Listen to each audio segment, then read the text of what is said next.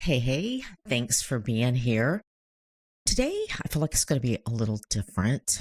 I actually kind of feel like I'm just sharing some thoughts from my journal with you, but in thinking about today's episode, it's not necessarily the direction I thought I was going, but this just keeps coming to my mind. So I've decided to go with it and share it. So I don't know why, but sometimes it kind of hits me funny when I am reaching to use a journal that I created.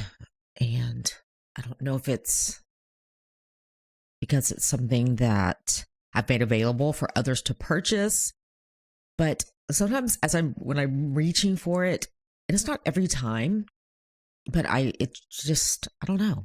I just have this interesting feeling. And I guess what's interesting about it is because the reaching for the empty pages to write on, to pray and to process, that's nothing new for me. Or, reaching for a notebook or journal or book, to read words, to bring focus to my mind and strengthen my spirit.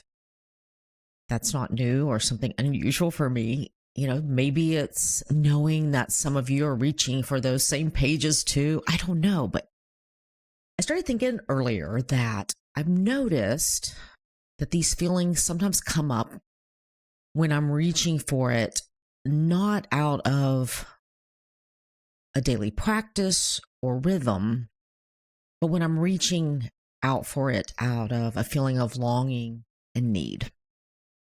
And again, I don't know why that even should be odd because they say, they they say that you create and you teach out of what you needed or what you need. So again, that shouldn't be real odd. But it happened again this week as I found myself over the hump of nonstop days of focused preparation work that I was needing to get done.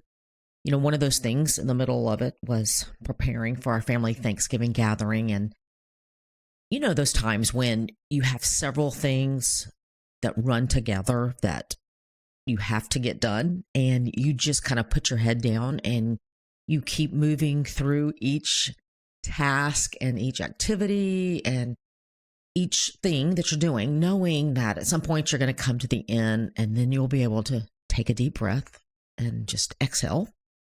So the final day before my deep exhale, which was a pretty big thing, something that I'd been planning and working on and preparing for, and I'd done all the work for everything to happen as was planned.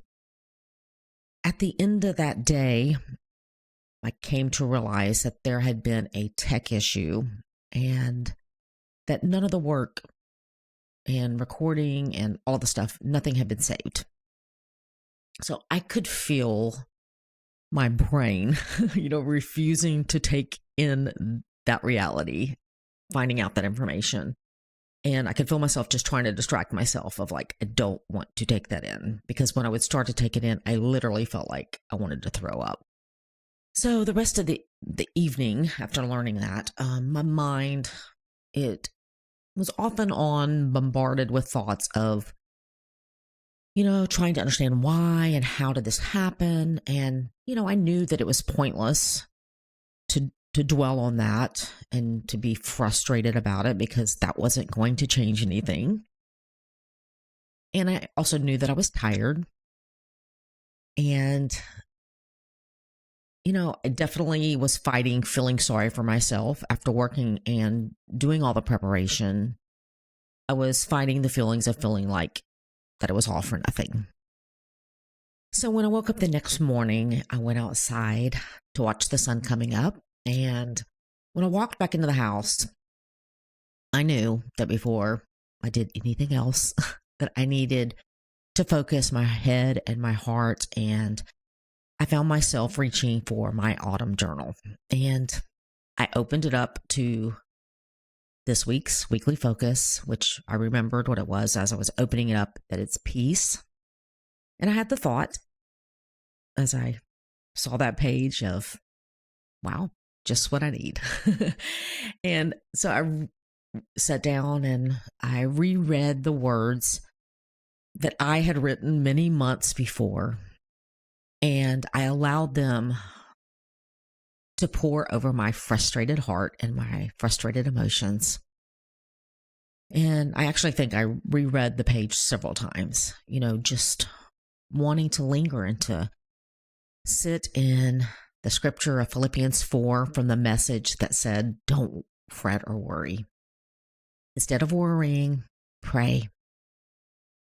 Let petitions and praises shape your worries into prayers. Letting God know your concerns, and before you know it, a sense of God's wholeness, everything coming together for good, will come and settle you down. And it definitely seemed like a good morning and a good time to shape some worries into prayers. So as I picked up my pen and I started to write in my journal the word peace, I wrote the word peace, and then the words even when came out. Peace, even when things don't go as planned. The next line I wrote, peace, even when I am disappointed.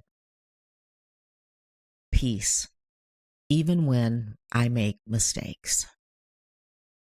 Peace, even when I don't understand. And in no time, I had filled the page with these declarations, these prayers and petitions and concerns. And as I'd filled the page, simultaneously, peace was filling my heart and mind. And, nothing about my circumstances had changed, but I had. I had allowed into my spirit that peace that passes over and supersedes my human understanding. Peace that settled my emotions to be able to move forward with determining the next course of action that I needed to take in order to finish the project. And I felt like I wanted to share this because I know that it's something that we all face frequently. And I'm pretty sure that I know the thoughts, like me, that you are going to fight during these times. Because for one, the enemy of our souls isn't real original in how he messes with us. And the battlefield is our mind. And the war that we find ourselves in is replacing the lies that are flooding our mind, like, this always happens. Nothing ever works out for you. Why do you even keep trying? What's the point anyway? Lies. Lies that we must take captive and replace with truth.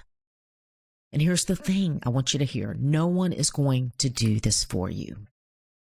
You are the one that has to rise up and take authority over what you are going to allow in your thoughts and what you are going to choose to believe. And as frustrating as a tech problem is, I realize that it's not the end of the world.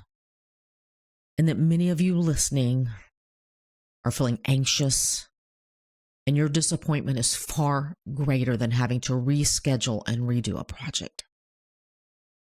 So here's what I want to remind you. Peace is available for you. It's here for you, ready for you to receive. But you have to choose to lay down what you are carrying and receive it.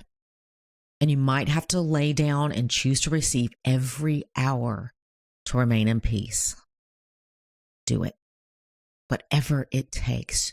Do not allow the enemy to steal the peace that is for you. I hope that helps someone. You're so loved, friend. Peace to you. And we'll talk soon.